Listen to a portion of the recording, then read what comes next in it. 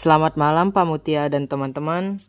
Saya Michael Alvaro Ciputra dari kelas 11B akan mempresentasikan hasil kerja saya yaitu remedial PJOK dengan membahas PPT saya yang saya telah buat, membahas 3 bab yang Bapak Mutia sudah ajarkan. Yang pertama yaitu HIV atau AIDS.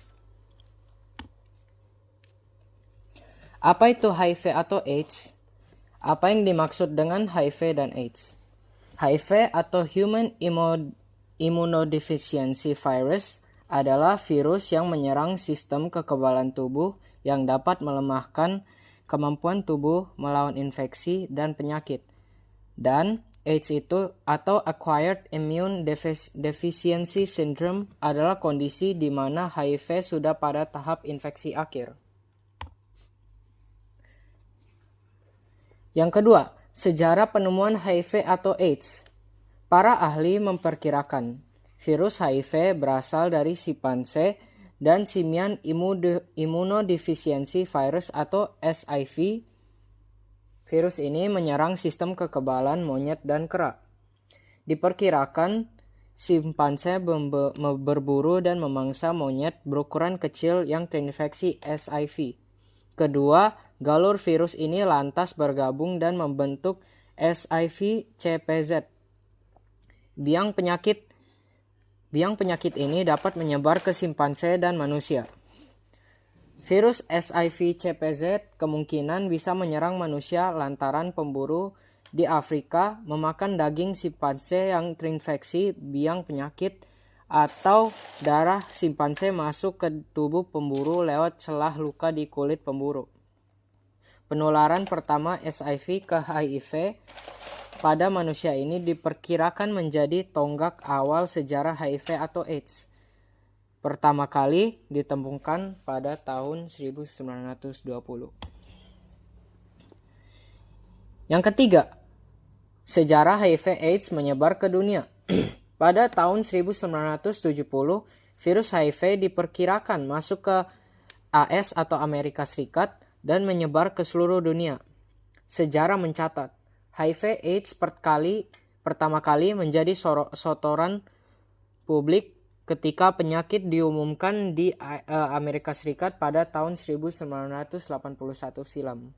Kala itu, ada 5 orang yang awalnya merasakan gejala pneumonia, penyakit infeksi karena jamur Pneumococcus jirovecii. Ini tidak berbahaya, tapi karena penderita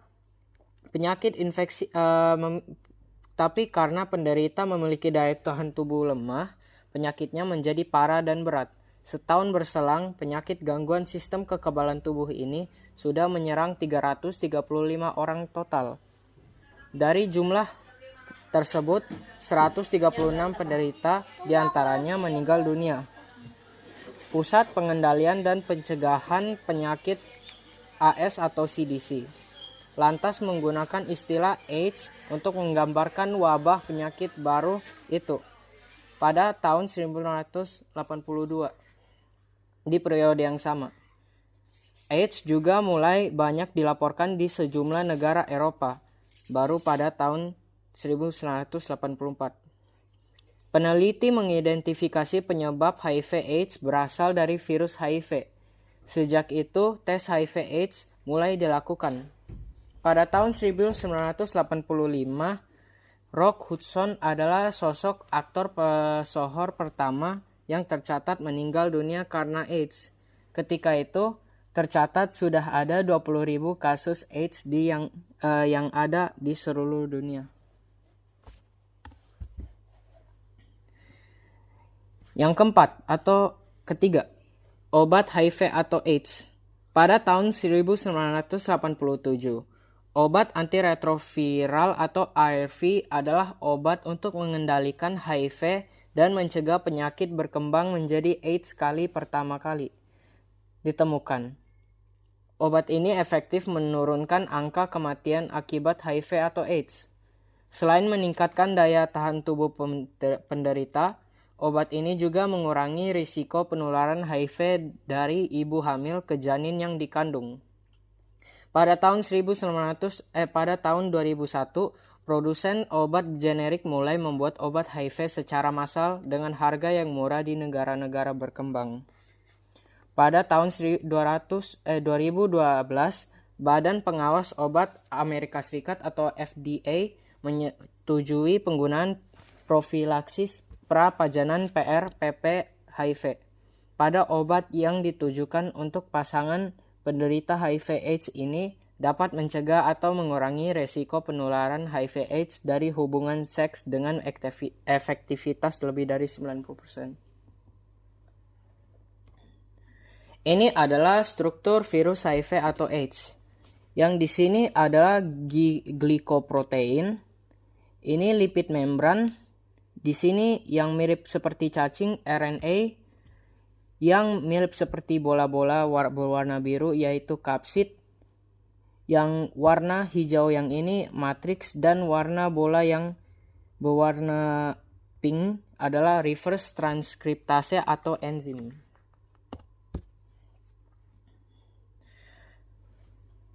Selanjutnya ada tahap-tahap HIV/AIDS. Yang pertama, periode jendela, yaitu tahap awal ketika HIV masuk ke dalam tubuh, tetapi tidak ada tanda-tanda khusus. Tes HIV belum bisa mendeteksi keberadaan virus ini, dan biasanya berlangsung selama 2 minggu hingga 3 bulan. Yang kedua yaitu infeksi HIV akut, yaitu biasanya tahap ini terjadi pada beberapa bulan awal pasca seseorang terinfeksi HIV. Sistem kekebalan tubuh orang yang terinfeksi membentuk antibodi untuk melawan virus HIV pada tahap awal ini.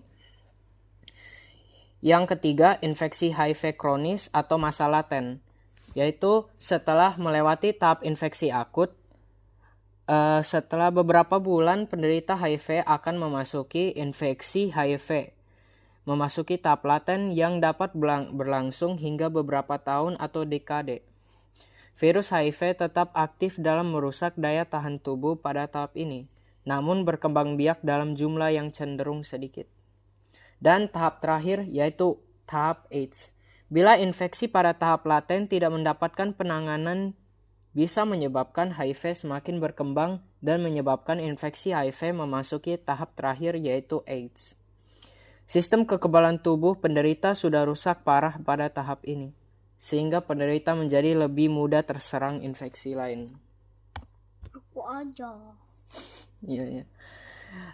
Ciri-ciri yang pertama yaitu ciri-ciri tahap window. Yang pertama itu tubuh terkena HIV, tetapi tes masih negatif.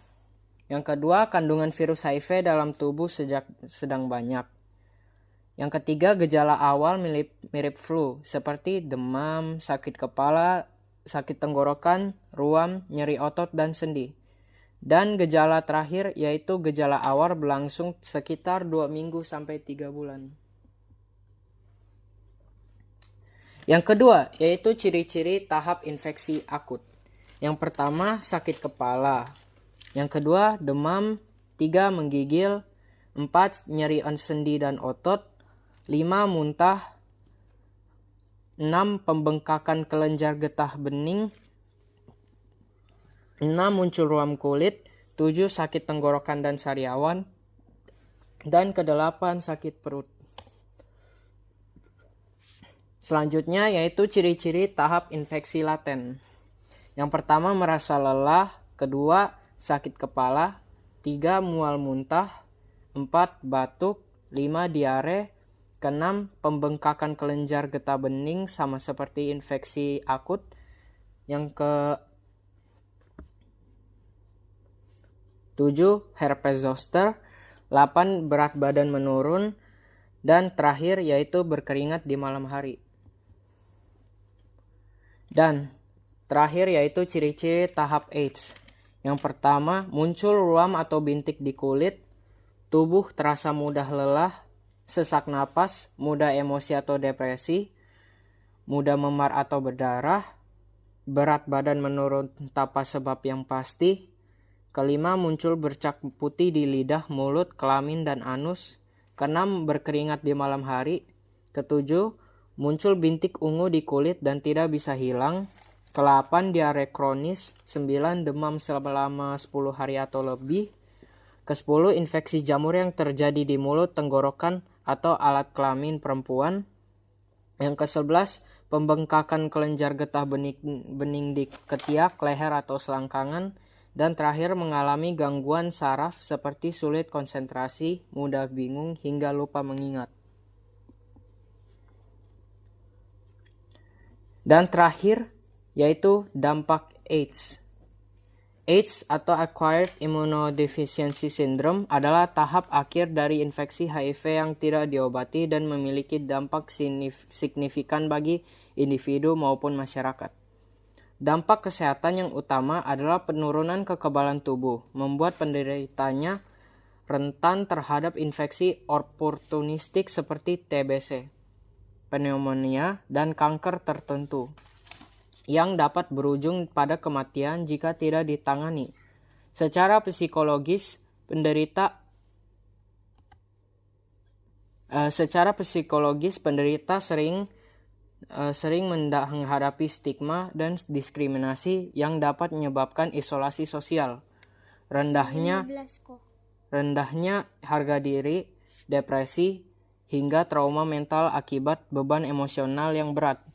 Dari sisi ekonomi, biaya pengobatan jangka panjang seperti terapi antiretroviral atau ARV sering menjadi beban finansial bagi individu dan keluarganya, terutama di daerah dengan akses kesehatan terbatas. Di tingkat masyarakat, AIDS dapat berdampak pada produktivitas kerja dan meningkatkan beban sistem kesehatan. Berikut adalah cara mencegah HIV/AIDS. Yang pertama, melakukan hubungan seksual yang aman. Kedua, menghindari penggunaan alat pribadi orang lain. Ketiga, menghindari penggunaan jarum suntik bersama. Keempat, melakukan sunat bagi pria. Kelima, menghindari obat-obatan terlarang atau narkoba. Yang keenam, penggunaan ARV. Yang ketujuh, setia terhadap pasangan atau pasangan. Ya. Ke-8 yaitu terbuka dengan pasangan. Nah, berikutnya adalah cara penanggulangan HIV/AIDS. Yang pertama itu memberikan edukasi dan penyadaran. Berikan informasi tentang cara penularan HIV, seperti melalui hubungan seksual tanpa kondom, penggunaan jarum suntik tidak steril, transfusi darah tidak aman, atau dari ibu ke anak. Yang kedua yaitu melakukan terapi antiretroviral atau ARV, yaitu pengobatan ini membantu menekan replikasi virus dalam tubuh sehingga memperlambat perkembangan penyakit dan meningkatkan kualitas hidup orang dengan HIV/AIDS. Yang ketiga yaitu pengurangan stigma dan diskriminasi. Edukasi masyarakat untuk menghapus stigma terhadap orang dengan HIV/AIDS agar mereka mendapatkan dukungan penuh. Yang keempat, kebijakan dan regulasi, yaitu pemerintah harus menerapkan kebijakan yang mendukung akses universal terhadap pengobatan dan layanan kesehatan terkait HIV/AIDS. Yang kelima, yaitu pemeriksaan dan konseling, yaitu dorong masyarakat untuk melakukan tes HIV secara sukarela atau VCT agar bisa mendeteksi infeksi sedini mungkin. Keenam, yaitu perawatan berkelanjutan, yaitu sediakan layanan kesehatan yang ramah dan mendukung orang dengan HIV/AIDS. Yang ketujuh, yaitu pemberdayaan komunitas, yaitu melibatkan orang dengan HIV/AIDS dalam program penanggulangan HIV/AIDS untuk meningkatkan kepercayaan diri dan partisipasi mereka. Yang kedua yaitu bab kedua, senam berirama.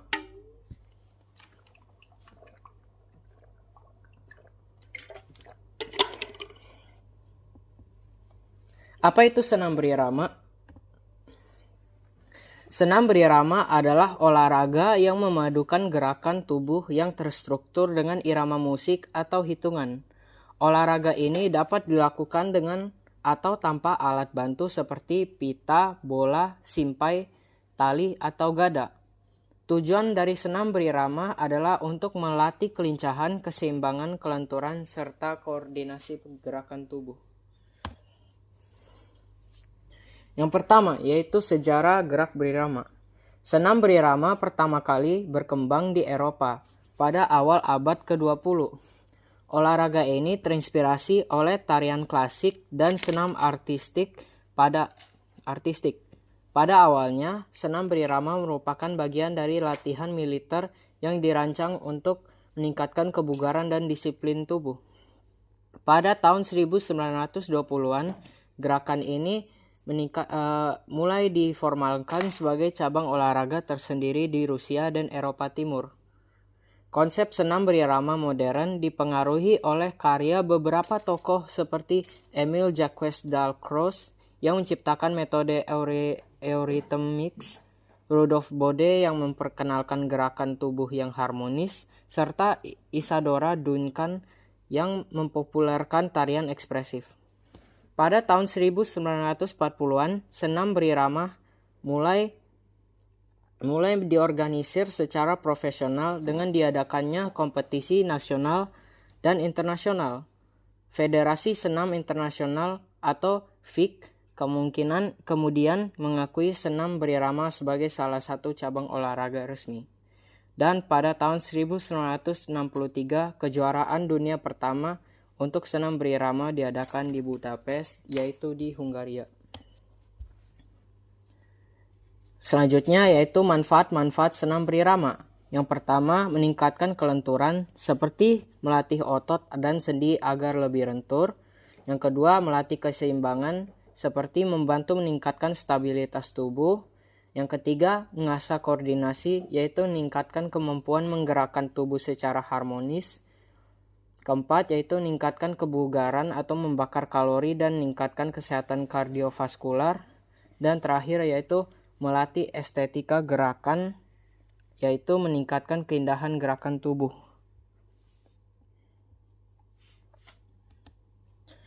Selanjutnya ada teknik-teknik dasar senam berirama. Yang pertama, langkah atau steps, yaitu berbagai jenis langkah seperti langkah biasa, langkah keseimbangan, dan langkah silang.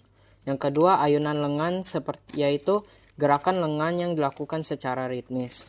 Yang ketiga, lompatan atau jumps, yaitu lompatan dengan variasi tertentu untuk menciptakan efek artistik.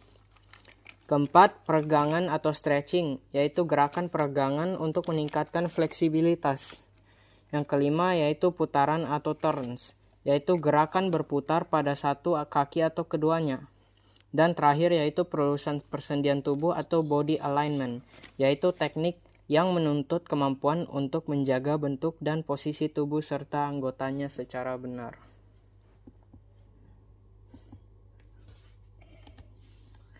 Selanjutnya adalah alat-alat yang biasa dipakai dalam senam berirama. Yang pertama itu pita atau ribbon, yaitu digunakan untuk menciptakan pola-pola indah di udara. Yang kedua, bola atau ball, biasanya digunakan untuk melatih kelenturan dan keseimbangan. Yang ketiga yaitu simpai atau hoops, yaitu melibatkan gerakan memutar dan melompat dengan simpai. Yang keempat yaitu tali atau rope, membentuk pola gerakan seperti lompat tali. Dan terakhir yaitu gada atau clubs, yaitu digunakan untuk gerakan melempar, menangkap, dan memutar. Yaitu tahap-tahapan senam berirama. Yang pertama yaitu pemanasan atau warming up. Tahap pemanasan berisi gerakan yang bisa meningkatkan suhu tubuh. Tujuannya adalah untuk menyiapkan otot agar lebih baik untuk dipakai bergerak. Selain itu, tahap ini akan membantu menghindari cedera otot. Yang kedua, bagian inti, yaitu berisi gerakan yang bisa menguatkan dan melatih otot. Sama halnya seperti dalam gerakan senam aerobik yang masing-masing gerakan pada tahap inti memiliki tujuan. Dan terakhir yaitu pendinginan atau cooling down, yaitu tahap akhir dalam gerak berirama yang tidak boleh dilewatkan, yaitu tujuannya adalah untuk merilekskan kembali otot tubuh yang dilatih sebelumnya. Yang pertama itu ciri-ciri tahap pemanasan. Yang pertama, durasi pemanasan minimal 5-10 menit. Kedua, intensitas pemanasan dimulai dengan rendah, kemudian ditingkatkan secara bertahap. Yang ketiga yaitu variasi gerakan pemanasan seperti stretching dinamis, aerobik ringan, atau gerakan olahraga spesifik. Beberapa contoh gerakan pemanasan adalah memutar kepala, memutar bahu, memutar lengan, memutar pinggang, mengangkat kaki, memutar kaki, dan melompat. Yang kedua yaitu ciri-ciri tahap inti, yaitu yang pertama, gerakan dimulai dari ringan dan perlahan berubah menjadi lebih cepat dan kuat. Yang kedua, biasanya diulang 2-5 kali. Ketiga, gerakan inti disesuaikan dengan irama musik atau ketukan. Dan terakhir, gerakan inti bertujuan untuk melatih kekuatan otot, kelenturan, kelincahan, dan koordinasi gerakan. Beberapa contoh gerakan inti dalam senam irama adalah roll depan dan belakang, gulingan, split samping dan depan, kayang, pelurusan persendian, langkah dasar, gerak, dan ayunan lengan. Dan terakhir yaitu ciri-ciri tahap pendinginan. Ciri-cirinya yaitu intensitas gerakannya semakin lama semakin menurun, tetap bergerak tetapi cukup pelan, durasi pendinginan sekitar 3-5 menit. Beberapa contoh gerakan pendinginan yang dapat dilakukan yaitu jogging ringan atau berjalan santai, peregangan tubuh bagian atas, duduk membungkuk ke depan, pose lutut ke dada, pose kupu-kupu berbaring, membungkuk ke depan dari belakang ke lutut, dan berdiri membungkuk ke depan. Lalu ada aturan-aturan senam irama. Yang pertama, ketepatan irama, yaitu gerakan senam irama harus sesuai dengan irama atau tempo musik yang mengiringi. Yang kedua, kontinuitas gerakan, yaitu gerakan senam irama harus dilakukan secara terus-menerus tanpa terputus. Yang ketiga, pemanasan, yaitu sebelum melakukan senam irama sebaiknya dilakukan pemanasan selama 5-10 menit untuk meningkatkan suhu tubuh dan mempersiapkan otot dan sistem tubuh. Yang keempat yaitu penampilan perorangan, yaitu pesenam perorangan harus tampil 4 kali dengan menggunakan pita, bola, ring, dan tongkat. Yang kelima, penampilan kelompok, yaitu tim senam irama kelompok terdiri dari 5 orang dan tampil bersama dalam 2 latihan.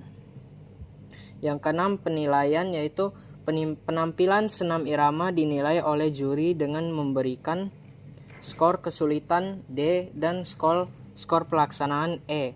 Nilai akhir adalah rata-rata dari 3 skor tengah yang diberikan oleh juri. Penalti, yaitu peserta dapat dikenali penalti jika merusak peralatan, membutuhkan waktu yang lama, atau mendarat dengan keras di atas kaki.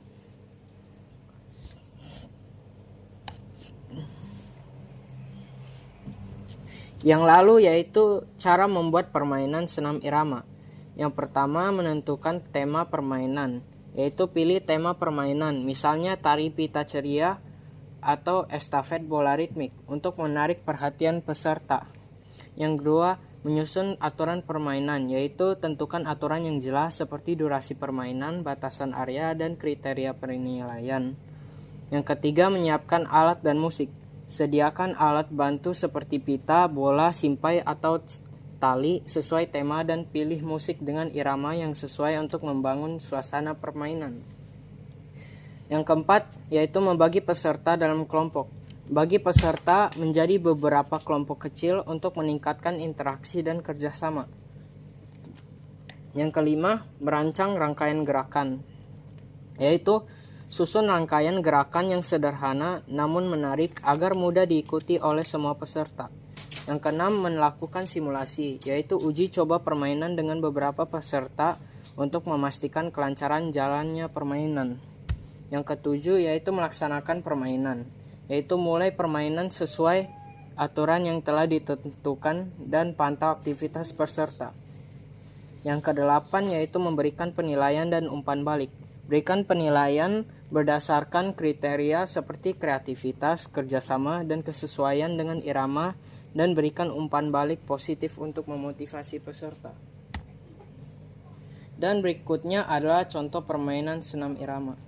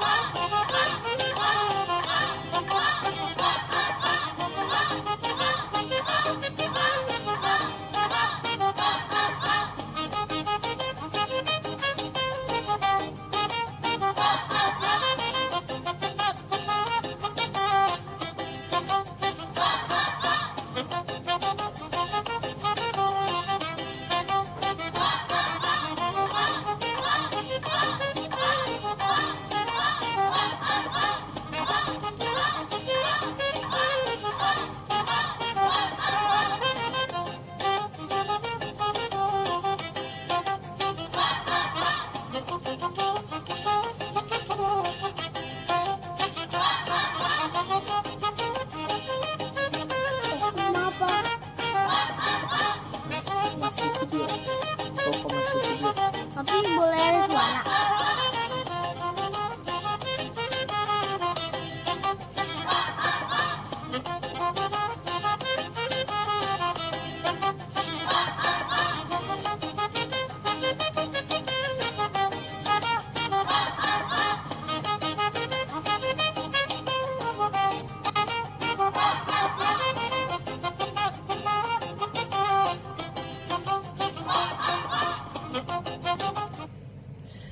Sekian dari contoh itu, mari kita lanjut ke slide berikutnya. Dan ini adalah terakhir, yaitu pentingnya pemilihan musik dalam senam irama. Pemilihan musik yang tepat dalam senam berirama sangat penting karena berperan sebagai panduan untuk menyelaraskan gerakan dengan irama, menciptakan harmoni dan meningkatkan keindahan serta keluasan gerakan. Musik memberikan struktur waktu yang jelas, membantu peserta mengetahui kapan harus memulai, melanjutkan atau mengakhiri gerakan. Selain itu, musik yang energik dapat meningkatkan semangat, memotivasi, dan menambah dinamika gerakan, baik dalam tempo lembut maupun eksplosif. Musik juga mampu memperkuat tema atau konsep yang ingin ditampilkan, sehingga membuat senam berirama lebih hidup, menarik, dan memikat baik bagi peserta maupun penonton. Dengan perpaduan yang sempurna antara musik dan gerakan, senam berirama menjadi wujud kolaborasi seni dan olahraga yang harmonis. Dan bab ketiga yaitu layup dan 3-point shoot dalam permainan bola basket. Yaitu yang pertama, layup. Pengertian layup. Layup adalah salah satu teknik dasar dalam permainan bola basket yang digunakan untuk mencetak poin dan cara melangkah mendekati ring dan melambungkan bola ke papan pantul atau langsung ke dalam ring. Teknik ini merupakan bentuk tembakan jarak dekat yang memanfaatkan kelincahan dan momentum pemain untuk mencetak skor dengan efisien. Layup sering dilakukan dalam situasi serangan cepat atau fast break, atau ketika pemain berada dalam posisi yang strategis di dekat ring lawan. Yang kedua, awal mula teknik layup. Teknik layup dalam bola basket muncul sebagai cara efisien untuk mencetak poin dekat dengan ring. Dimulai setelah penciptaan olahraga ini oleh Dr. James Naismith pada tahun 1891. Seiring waktu, layup berkembang menjadi teknik dasar yang penting dalam permainan, dengan berbagai variasi seperti menggunakan tangan kiri atau kanan, serta reverse layup yang meningkatkan efektivitas serangan cepat dan situasi 1 lawan 1. Yang ketiga, aturan layup.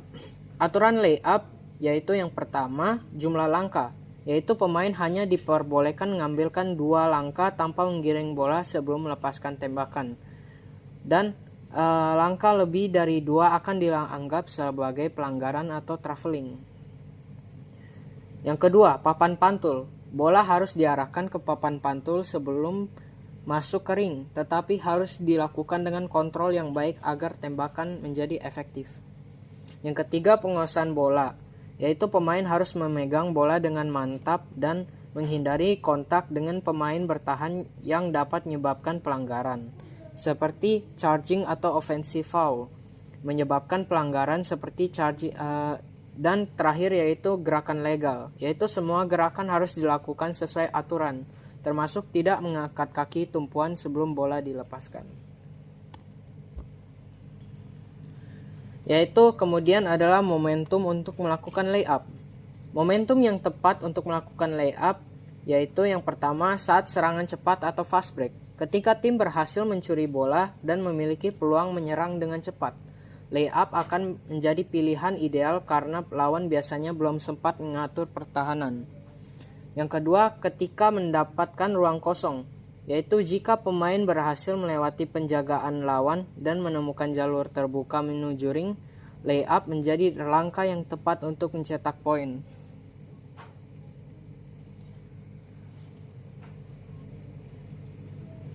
Mencetak poin. Yang ketiga, dalam posisi dekat ring, jika pemain sudah berada di area key atau dekat dengan ring, layup memungkinkan tembakan jarak dekat yang lebih akurat dibandingkan tembakan lompat atau jump shot. Yang keempat, menghindari blok dari lawan. Layup memberikan maksud untuk mengubah posisi atau arah bola, sehingga lebih sulit bagi pemain bertahan untuk memblok tembakan. Kelebihan dan kekurangan layup. Kelebihan yang pertama, lebih akurat dan lebih mudah dilakukan dibandingkan tembakan jarak jauh seperti 3-point shot. Yang kedua, tidak memerlukan banyak waktu, yaitu cocok untuk di situasi fast break. Yang ketiga, dapat dilakukan dengan berbagai variasi untuk hindari pertahanan lawan, dan kekurangannya yaitu mudah diblokir jika pemain bertahan ada di posisi yang tepat dan memerlukan kontrol bola dan keseimbangan tubuh yang baik.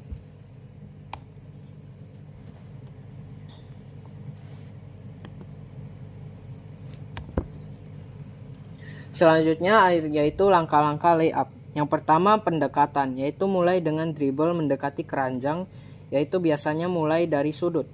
Yang kedua, langkah pertama, ambil langkah pertama dengan kaki yang berlawanan dari tangan yang akan digunakan untuk melepaskan bola, yaitu kaki kiri untuk tangan kanan. Yang ketiga, langkah kedua yaitu langkah kedua dengan kaki yang sama dengan tangan, yaitu kaki kanan untuk tangan kanan. Kemudian keempat yaitu melompat, yaitu lompat dari langkah kedua, fokus untuk mengarahkan tubuh ke keranjang. Kelima, pelepasan bola.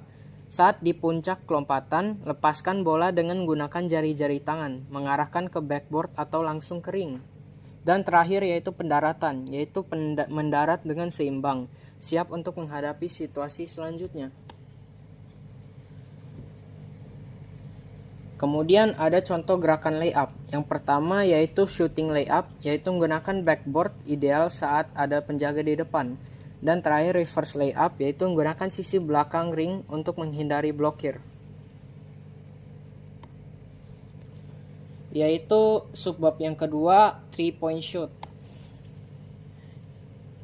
3-point shoot adalah tembakan dalam bola basket yang dilakukan dari luar garis 3 poin, yang terletak sekitar 6,75 meter dari ring di NBA atau 6,25 meter di FIBA. Tembakan ini memberikan tim 3 poin jika berhasil, berbeda dengan tembakan biasa yang hanya mendapatkan 2 poin seperti layup dan tembakan biasa. Awal mula 3-point shoot. 3-point shoot pertama kali diperkenalkan pada akhir 1960-an dan diterapkan di NBA pada musim 1979 sampai 1980. Konsep ini awalnya muncul sebagai cara untuk memberikan variasi dalam permainan, meningkatkan kedalaman strategi, dan menambah dinamika pertandingan. Penggunaan garis 3 poin memunculkan taktik baru, di mana tim bisa mencoba tembakan dari jarak jauh untuk mencetak poin lebih banyak dalam satu kali percobaan. Aturan 3-point shoot.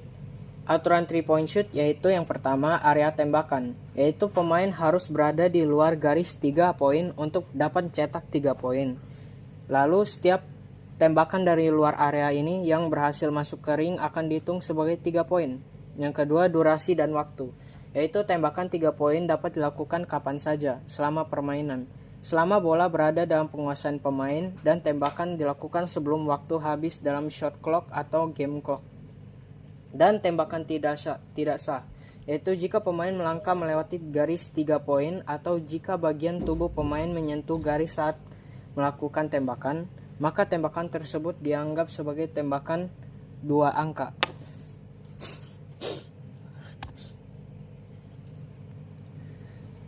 Lalu ada momentum untuk melakukan 3-point shoot.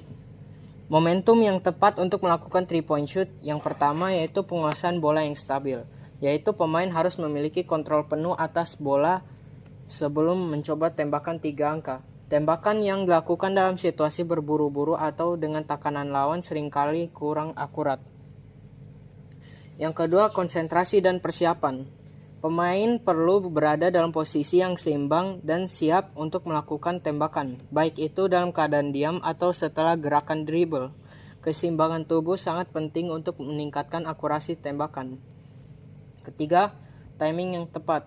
3-point shoot seringkali digunakan ketika tim membutuhkan poin cepat atau ketika lawan terfokus kepada pemain lain, menciptakan ruang untuk tembakan jauh. Timing juga penting dalam mengantisipasi pergerakan pertahanan dan memanfaatkan celah yang ada.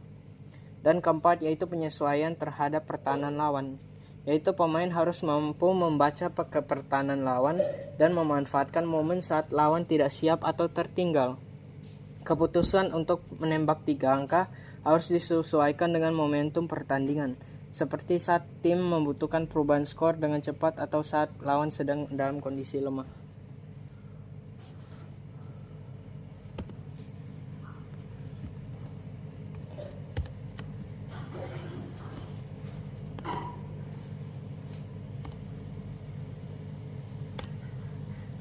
Lalu kelebihan dan kekurangan 3-point shoot.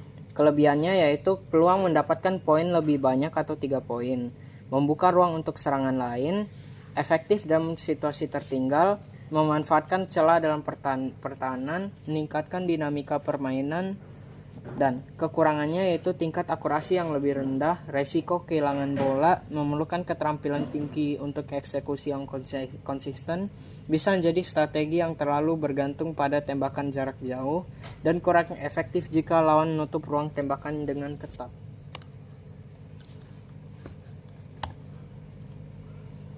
Langkah-langkah 3-point shoot. Yang pertama, posisi awal, berdiri di luar garis 3 poin, kaki selebar bahu. Yang kedua, dribble jika diperlukan atau opsional, yaitu bawa bola mendekati garis 3 poin, bisa melakukan 1 atau 2 dribble. Yang ketiga, posisi tangan, yaitu pegang bola dengan satu tangan di bawah dan satu tangan di samping bola untuk stabilitas. Yang keempat, lompatan, yaitu mengangkat tubuh dengan melompat, menggunakan kedua kaki menggerakkan lengan ke atas. Lalu pelepasan bola yang kelima, yaitu lepaskan bola di puncak lompatan dan arahkan ke ring dengan fokus. Dan terakhir, ikuti gerakan, yaitu setelah melepaskan bola, ikuti gerakan tangan untuk menambah akurasi. Dan contoh gerakan 3-point shot, yaitu catch and shoot, yaitu pertama, yaitu menangkap bola dari umpan dan langsung melepaskannya atau menembaknya. Step back 3, yaitu mengambil langkah mundur sebelum melepaskan tembakan untuk menciptakan ruang dari penjaga. Sekian dari presentasi PPT Canva saya. Sekian dan terima kasih.